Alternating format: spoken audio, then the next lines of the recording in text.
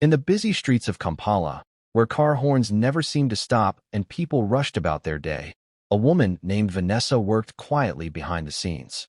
No one had ever seen her. Not in person, not on TV, not even in a photo. Yet everyone wanted her. Brides whispered her name like a secret.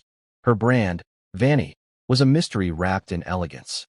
The more invisible she stayed, the more people wanted her. Women saved her photos on their phones. Pictures of her wedding setups, flower arrangements, aisle runners that looked like rivers of silk. They pointed and dreamed. Brides booked her a whole year before their date. Some waited 2 years, just to be sure they got her. Others wired large sums of money without blinking. There were no questions, no arguments.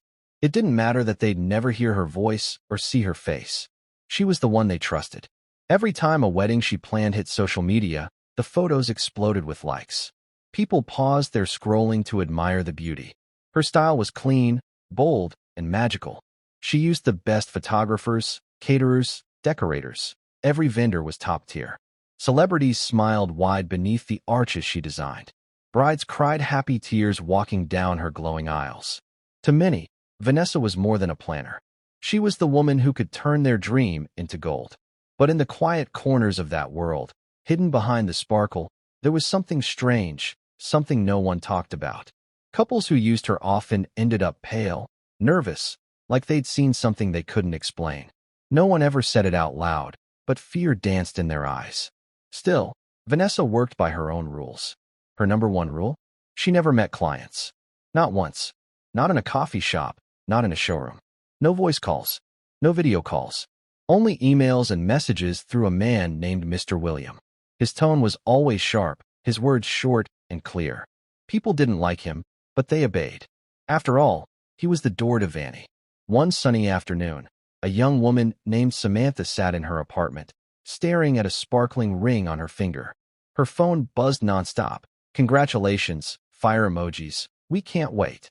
Her fans were eager. They wanted to know what her wedding would look like. A media darling like her couldn't just have any wedding. It had to be grand. So she sent an email to the most wanted planner in Kampala, Vanny. Her inbox pinged.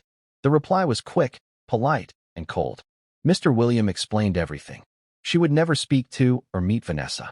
Attached was a contract with bold red letters spelling out the rule. Any interference would cancel the deal. Samantha read it 3 times. Her fingers hovered over the reply button. She frowned, thinking.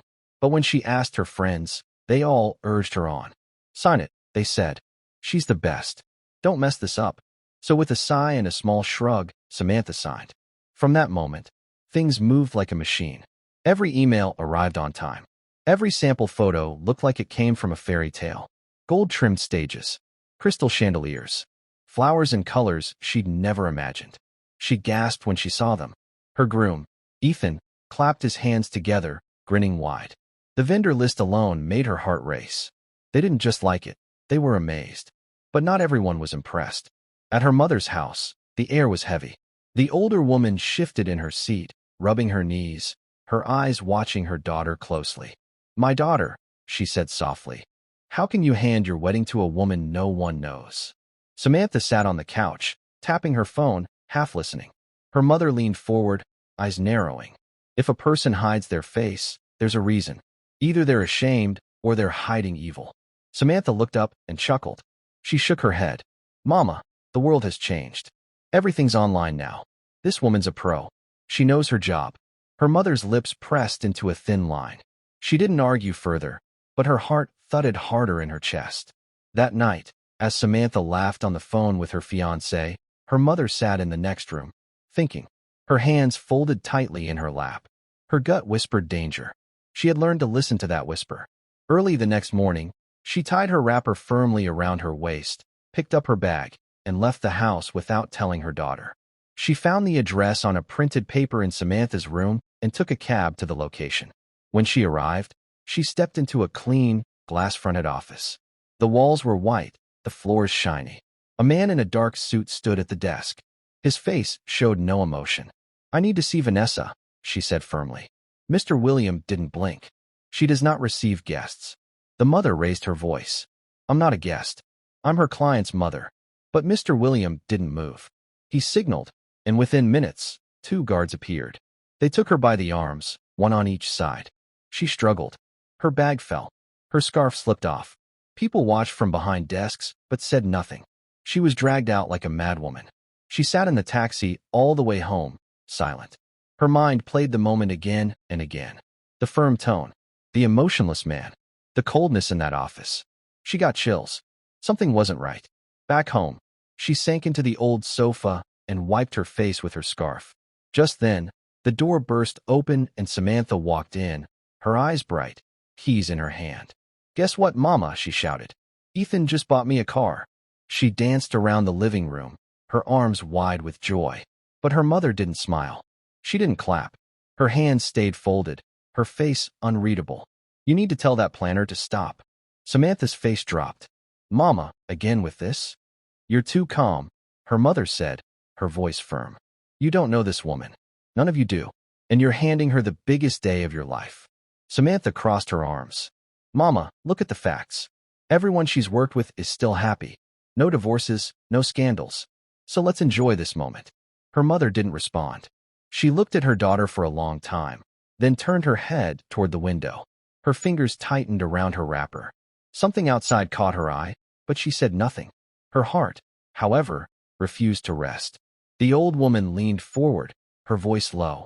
"My daughter, have you checked on any of them lately?" Samantha straightened up and nodded slowly. "Vanessa planned Caroline's wedding 9 years ago," she said. "She's the one who told me about her. Said Vanessa was the best I could ever find." Her voice softened as she added, "Caroline is still with her husband. They have 2 beautiful kids now." The older woman's eyes stayed fixed on her daughter's face, but her worry didn't fade. She didn't speak again. A deep sigh escaped her lips as she leaned back in her seat. Maybe she was just overthinking it. She stayed quiet and watched the days roll by, the wedding drawing nearer with each one. Nothing unusual happened. She forced herself to believe all was well. The wedding day came. From the entrance to the ceiling lights, everything shone perfectly. The hall sparkled as though it had stepped out of a fairy tale. Red carpet lined the walkway. Celebrities moved down it in shimmering gowns and tailored suits. Cameras flashed. Influencers posed, their posts filled with tags and hashtags about Samantha's wedding.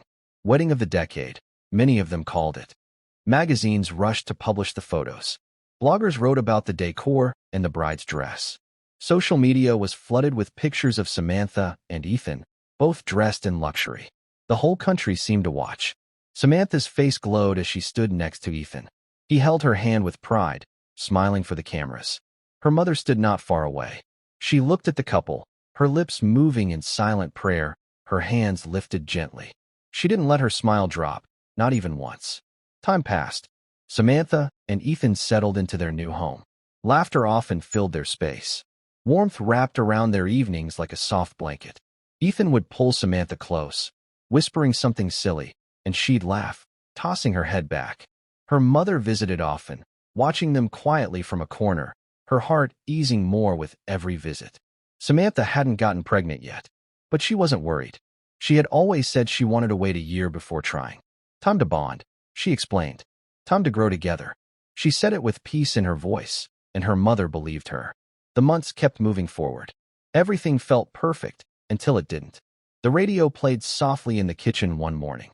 Samantha, barefoot on the tiled floor, stirred something on the stove. Steam rose around her. The scent of breakfast filled the room. Her hand reached for a cup of coffee just as the news came through the speakers. She froze. The words repeated. Caroline and her husband dead. Both of them. Found in their bed. No struggle. No illness. No warning. Her fingers loosened. The ceramic mug slipped from her hand and hit the floor. It shattered. Coffee splashed across the tiles. Samantha didn't blink. Her heartbeat thundered in her ears. She reached for her phone with shaky hands. A dozen missed calls. Messages piled up. She tapped quickly through her screen, opened Caroline's profile. She scrolled down and stopped. The date. Today. It was Caroline's wedding anniversary. 10 years exactly. Samantha's breath caught in her chest. Her knees felt weak. She punched in her mother's number. Words rushed out before her mother could speak. 30 minutes later, her mother was at her door. They sat on the couch, both quiet for a moment. "This can't be a coincidence," Samantha whispered. Her mother bit her lip. Her face looked older in the morning light. "I should have said more," she murmured. I should have made you cancel Vanessa. Samantha opened a browser on her phone. Her fingers flew across the screen. Names, photos, dates, stories. She scrolled and scrolled. Some couples were alive, still smiling, still posting vacation pictures. But some weren't. One couple drowned in the Maldives on their 20th anniversary. Their bodies were never recovered. Another couple died in a house fire on their 10th anniversary. No one escaped the flames. The fire had started suddenly and eaten through everything. Samantha's hands trembled. The phone felt too heavy. Her chest rose and fell quickly. Her eyes burned with tears. She looked at the screen. All the couples had one thing in common. The same anniversary date. 10 years. That was when they died. Her skin turned cold. She turned her head slowly. Her mother had dropped to her knees, her hands clasped tightly together. Her voice shook as she whispered Psalm 91 again and again. Mama, Samantha's voice cracked. What if it's real? What if Vanessa isn't just a planner? Her mother opened her eyes, her gaze steady. She took more than your money. Her voice was calm but serious. She took something else. She's taken something from every couple she planned for. If you don't act now, something bad might happen. Samantha's heart pounded. She couldn't sleep well anymore. Her days turned into nights spent behind her laptop, scanning the web, matching names and dates. Her eyes were red from sleepless nights. Ethan started noticing. He came home late one evening. He stopped in the doorway, his brow furrowing as he watched her glued to the screen. Babe, he said gently, walking over. You really think all of this is connected? She didn't even look up. 6 couples, Ethan. 6. All dead. On the same date. He rubbed his hand across his face. Caroline's death hit hard. But maybe this is just fear talking. You're scared, and now everything looks suspicious.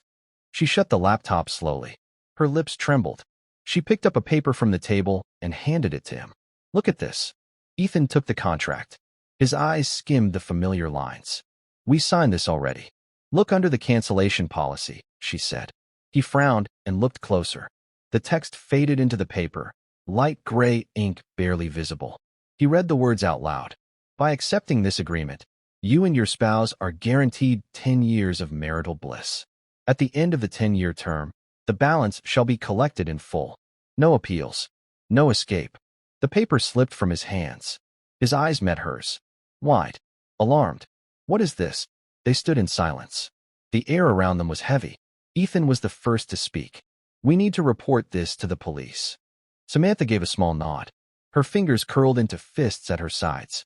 They stepped out of the car and walked toward the police station.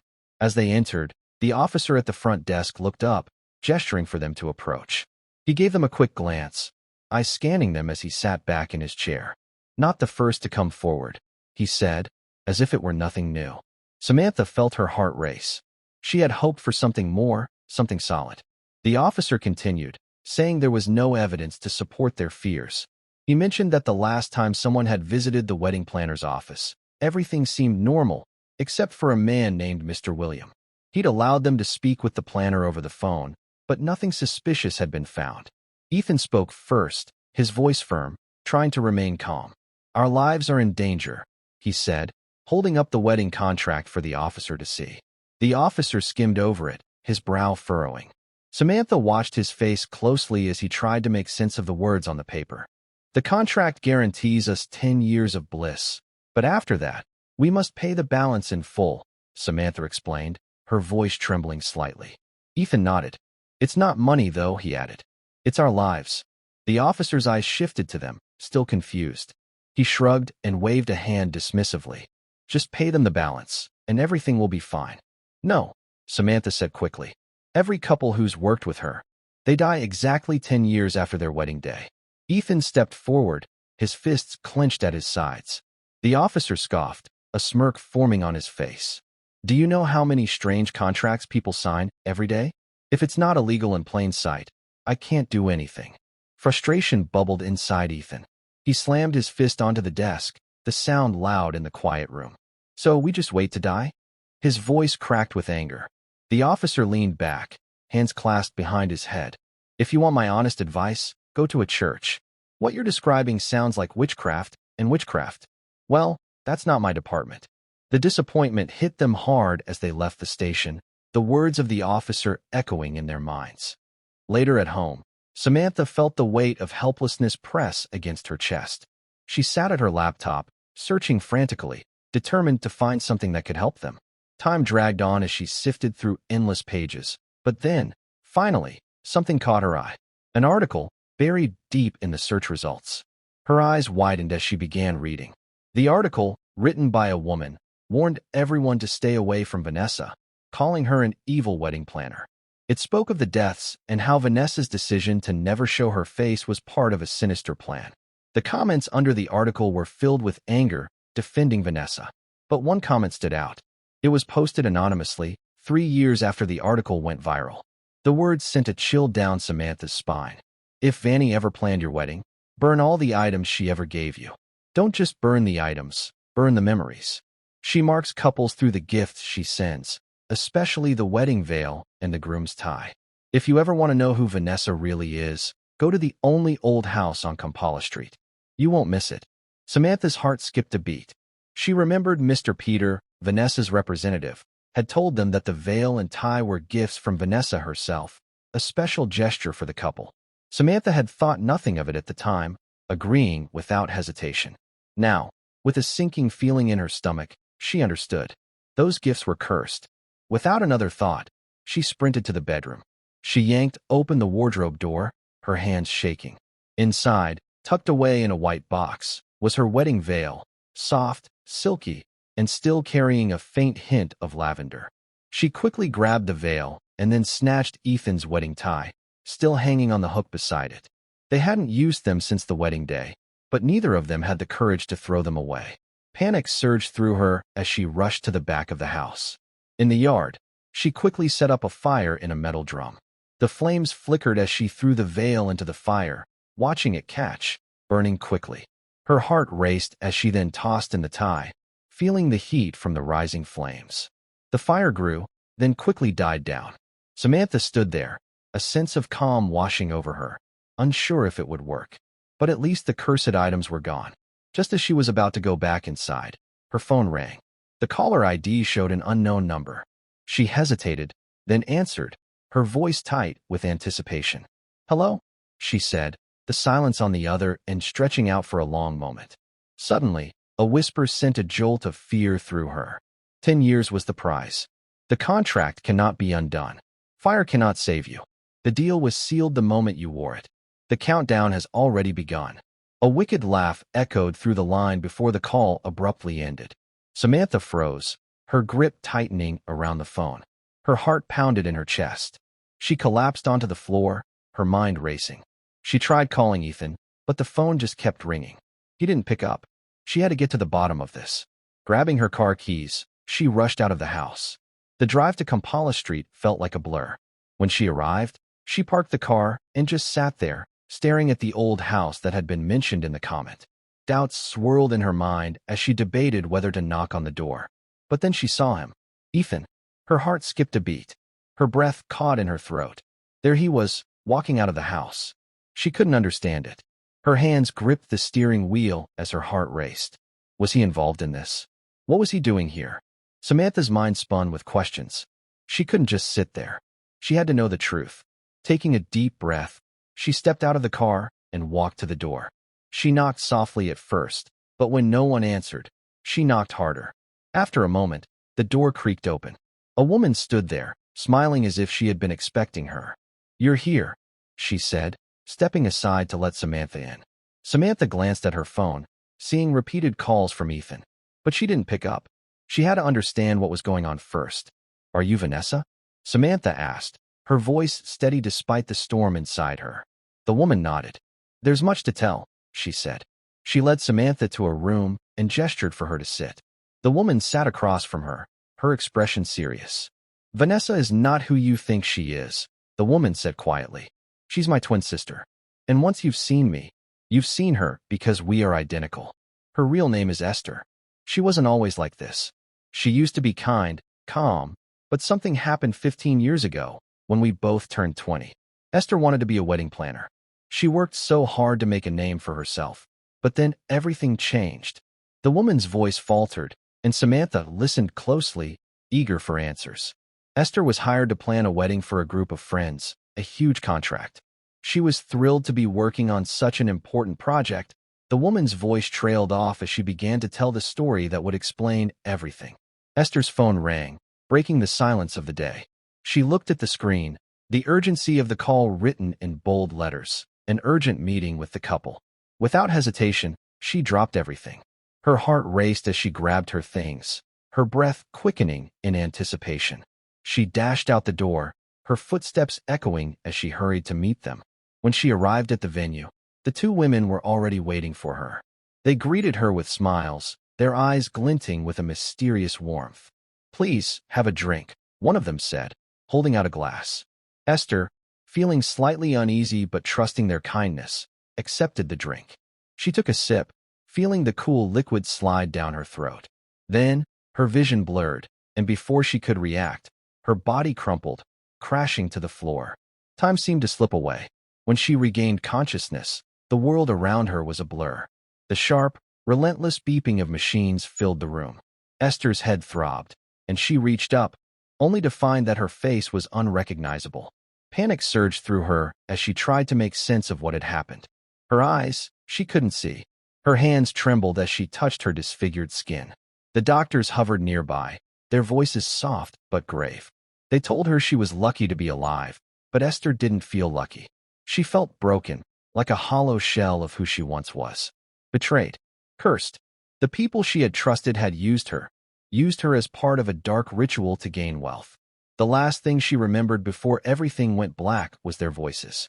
They spoke of becoming rich, of hiring the best wedding planner the country had ever seen when they made it. But the truth was even worse than she could have imagined. They were ritualists. Her life had been a sacrifice to fuel their riches. Determined to track them down, Esther searched everywhere. She followed every lead, but each one was a dead end. The names they had given her were fake, and no trace of them remained. No one had seen or heard from them. The realization hit her hard. She could no longer depend on the law or anyone else to find them. The only thing left was to make herself into the best wedding planner the country had ever known. And when she did, she would make them pay. For 2 long years, no one knew where Esther had gone. It was as if she had vanished into thin air. During that time, she took refuge in a forgotten house on the outskirts of Masaka, a place so secluded that not even the locals knew it existed. The house was dark, abandoned, and haunted by her memories. The pain, the rage, everything inside her built up like a storm waiting to break free. She made a vow then. Broken, blind, and devastated, she offered herself to forces beyond comprehension. Her soul, her pain, her very being, all for power. She entered into a covenant with something dark, and the price was steep. The deal was simple. She would become the best wedding planner the country had ever known, but every client she helped would die on their 10th wedding anniversary. From that moment, Esther no longer existed. In her place, Vanessa was born, a new identity forged from the depths of her fury. She no longer cared about the lives she would ruin, the families she would destroy. Her only goal was to find the people responsible for her suffering. And when they came to her for their dream wedding, they would never know the death sentence they had just signed. For those who didn't know what they were getting into, those innocent people who were caught in the web of revenge, Vanessa gave them 10 years. 10 years to live their lives, to build their happiness, before it all came crashing down. She made them sign a contract full of fine print. But few actually bothered to read it. They were just so eager to have their weddings planned by the best. Samantha sat in the chair, frozen, her hands gripping the armrests tightly. Her eyes locked onto the woman speaking before her, every word sinking deeper into her mind. The woman's voice was quiet but chilling. "I tried to stop her," the woman whispered, her voice cracked with regret. "I begged her. I pleaded with her to forgive, to heal. But Esther, she had already given herself up. What she lost that day, it wasn't just her eyes and her face. It was her soul. And once the covenant was made, she was no longer the woman you knew." Samantha's throat felt dry, her voice a weak whisper. Why the veil and the tie? She trembled, the question spilling from her lips, unsure if she really wanted to know. The woman's lips twisted into a bitter smile. That's how she marks them. The veil, the tie, they're more than gifts. They're her signature. Every bride, every groom wears them. The moment they do, the countdown begins. There's no turning back, No escape from it. Unless. The woman paused, her eyes darkened. Unless what? Samantha asked, her voice barely audible. They have to ask for forgiveness, the woman replied softly. The ones responsible. If they come, if they beg for forgiveness, maybe, just maybe, the curse will stop. Samantha's head swam. She didn't understand. Who were these people? Where could she find them? But the woman offered a final piece of information, a clue. One of the culprits had a tattoo, a number, 2249. Samantha's heart skipped a beat. 2249. She could feel the weight of the number pressed down on her chest. It wasn't just a number. She knew it. She knew it so well. It was tattooed on her husband's arm. Her breath hitched in her throat. Her mind raced. Was it possible? Was Ethan one of them? She barely made it home. Her legs shook beneath her, each step harder than the last. She opened the door, her hands trembling as she gripped the frame. The house felt suffocating. 2249. The number echoed in her mind, growing louder with each heartbeat. She stepped inside, trying to steady herself, but her mind was a whirlpool of confusion. Ethan walked in, his face etched with concern. Where have you been? I've been calling you for ages, he said, moving towards her. Samantha didn't answer. She just stared at him, her eyes red from crying. She took a deep breath before speaking, her voice raw with emotion. How could you? She whispered, her voice cracking. Ethan looked confused. What do you mean? He asked. You ruined her life. And now many people are dead because of you. Samantha's voice trembled as she spoke, her words sharp and accusing. She told him everything. The revelations from the woman about her sister's curse, about Vanessa's torment. Ethan sat down heavily, his gaze dropping to the tattoo on his wrist. His hands shook, but he didn't say anything. The silence between them stretched, thick and unbearable. Finally, after what felt like an eternity, he spoke. Samantha, I swear I didn't do it. Samantha blinked, her confusion growing. Then explain the tattoo. Explain everything to me, Ethan. Ethan's voice was low, strained as he leaned forward. Years ago, when I was still in university, I had a friend named Dave. He was wild, always up for anything. One day, he dared me to get a tattoo. He said it would mean we were living life to its fullest, that the number 2249 was a symbol of living like we had just 1 minute left. Samantha's eyes were wide, her mind reeling as Ethan continued. I was young, dumb. I wanted to impress him. So I got the tattoo. So did he. But after that, everything changed. A few years later, Charles walked up to me with a look of urgency in his eyes. He stopped just short of me, his voice low but steady. There's a way for us to become rich, he said. His words were almost a whisper, but the idea behind them struck me like a punch. He spoke of spiritual elevation rituals, something he called chatter blood money. I felt the hairs on my neck stand up.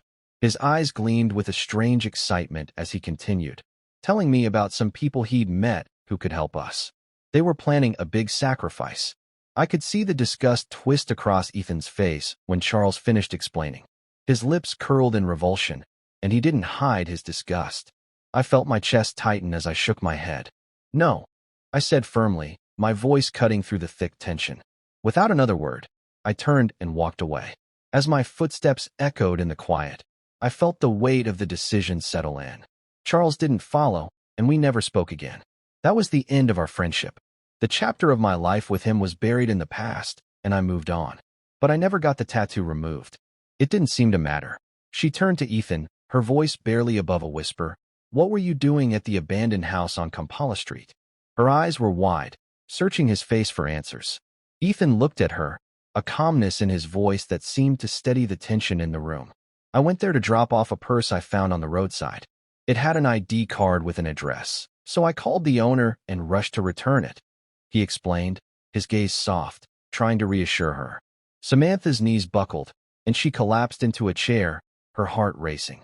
Her hands trembled, and tears welled up in her eyes. Her chest lifted with each shallow breath, the relief washing over her in waves as the doubts that had clouded her mind melted away. Ethan was innocent. She closed her eyes for a moment, letting the weight of the truth settle in. But the relief was short-lived. They still had to find Charles. Ethan, still calm, mentioned he had an idea where Charles might be. Together, they made their way to Charles's home. When they arrived, Charles greeted them at the door, a look of surprise mixed with delight crossing his face. His smile stretched wide as he welcomed them in, his hand gesturing for them to enter. The warmth of his greeting made Samantha's stomach churn, but she pushed the feeling aside as she stepped inside. As the door clicked shut behind them, Samantha didn't waste time. "What did you do to Esther?" she demanded, her voice strong, yet filled with a sorrow she couldn't hide. Charles's expression faltered. He knew this conversation was inevitable.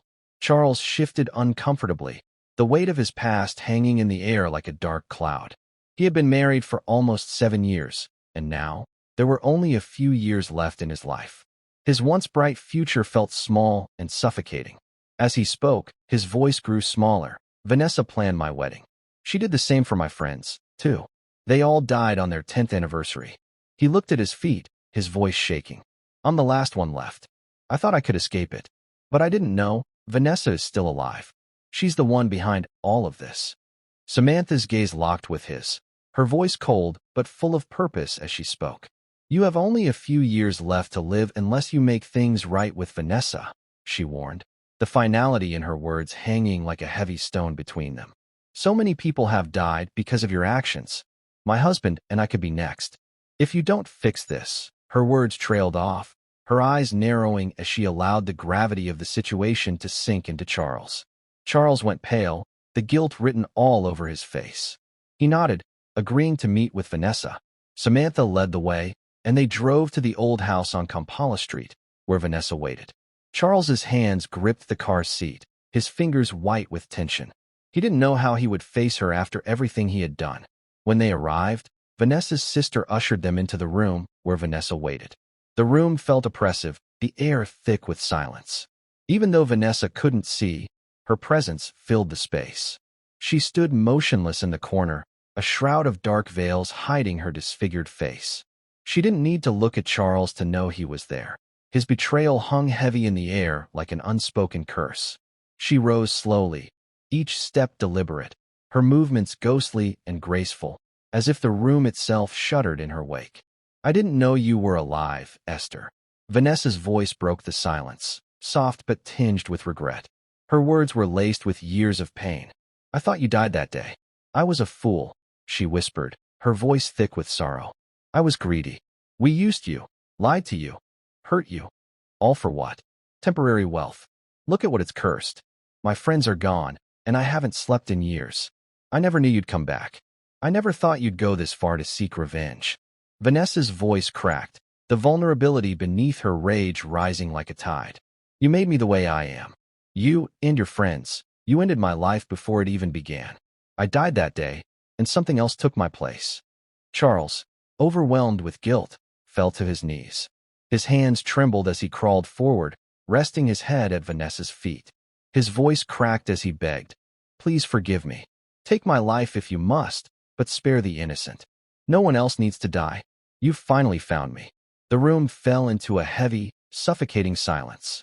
No one moved. No one breathed. Charles's plea hung in the air, and the tension stretched on. Then, slowly, Vanessa extended her hand, her fingers trembling slightly. In that simple gesture, she lifted the curse. The tension in the room broke. Charles gasped, his eyes wide with disbelief. He repeatedly thanked her, his voice full of gratitude, vowing to do everything in his power to make amends. Samantha and Ethan, too, felt a weight lift from their shoulders. The curse was lifted, and for the first time in what felt like forever, they could breathe freely again. Vanessa's sister rushed forward, enveloping her in a tight hug. The long years of separation melted away, and for the first time in ages, Vanessa spoke softly to her sister. "Thank you. Thank you for never giving up on me," she whispered, her voice filled with warmth. Tears welled in Samantha's eyes as she embraced Vanessa, pulling her close. "I just wanted my sister back," she whispered through her sobs, squeezing her tightly. The years of bitterness were gone now, and the forgiveness between them felt like a fresh beginning. The weight of the past lifted. Samantha felt her heart soften, grateful for how everything had turned out. Her mother's warnings now echoed in her mind, and she understood the lesson she had learned. Never ignore the warnings of those who truly care. Looking beyond appearances and understanding the deeper truths could save lives. Holding on to pain and seeking revenge only led to more destruction, turning the hurt into the hurting. The story reminded her of the importance of seeing the full picture before making life-changing decisions. True healing could only begin when one had the courage to confront the truth and expose evil, no matter how hidden it may be. And with that, everything fell silent. The curse was lifted. The past was forgiven. The future, though uncertain, felt a little bit brighter. I hope you enjoyed today's story. If you did, subscribe to the channel so you don't miss more stories like this. Leave a like and comment below to share your thoughts. See you in the next video, and don't forget to share it with friends and family who love heartfelt tales.